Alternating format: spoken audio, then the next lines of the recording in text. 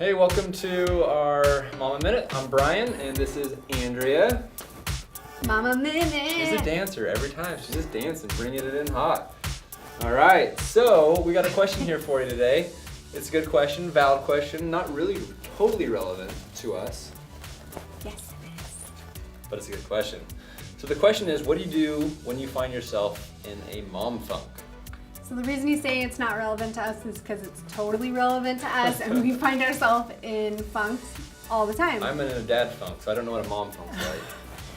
Man, it's hard to not feel in a funk when you're parenting little ones, just because Feeling funky. feeling funky is part of the drill, right? It's a lot of pressure, it's exhausting, and you're always trying to balance, your career, your relationship, and then any other stress you have in your life, maybe extended family, financial stress. So when I'm feeling overwhelmed and down, here are a few tips that we both try to implement. The first one is just to physically check where I am, because I don't feel like I can emotionally function without physically recognizing where I am. So a lot of times it's really that I just need to take a nap, or we need to get some rest, need to take a break physically from the kids or from our house. So physically, just stop, see where you are, and then make any adjustments that you need to. Yeah, I think it's like, we both are runners. It's about pacing yourself appropriately. It's not going out and sprinting the whole race. Yeah. But just go out and set a pace that you can maintain. Yeah, and I think a lot of times with little kids, you don't realize how little sleep you're actually getting, or you're getting interrupted sleep. Someone's getting in your bed every single night, or you're nursing in the night.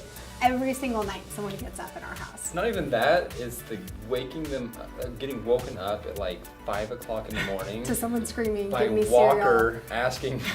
Walker comes in every morning, 5 o'clock. I want Raisin Bran every single Every morning. Every morning. Every morning.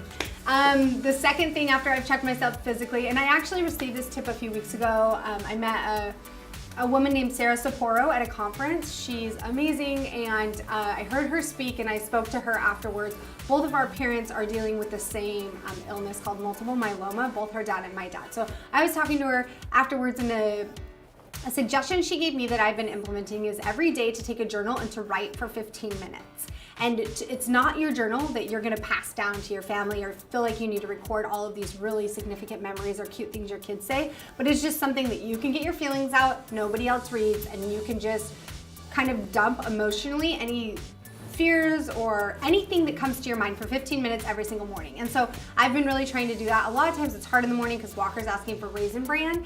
So I'll do it at night before I go to bed, or I'll bring it with me and do it in the car, while I'm waiting to pick up kids somewhere. So 15 minutes of uninterrupted thought and emotional release into a journal. So Sure. The third thing is to plan something fun with someone you love. So whether it is with your spouse or with your partner or with a family member. Just this week I was invited by a friend to an outdoor play, and we had so much fun. She's been a really good friend to me. She's a single mom of 4 kids, and she has season tickets to this outdoor theater. And I was thinking I would never have season tickets. That's such a commitment to have to go all the time to these plays because it's so hard to find babysitters and get away.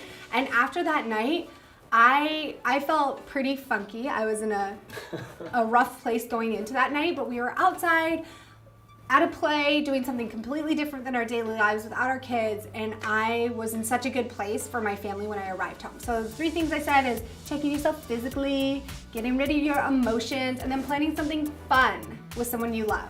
Words of Fun. wisdom from a A+ mama. Yeah. Okay, guys. A+ mama.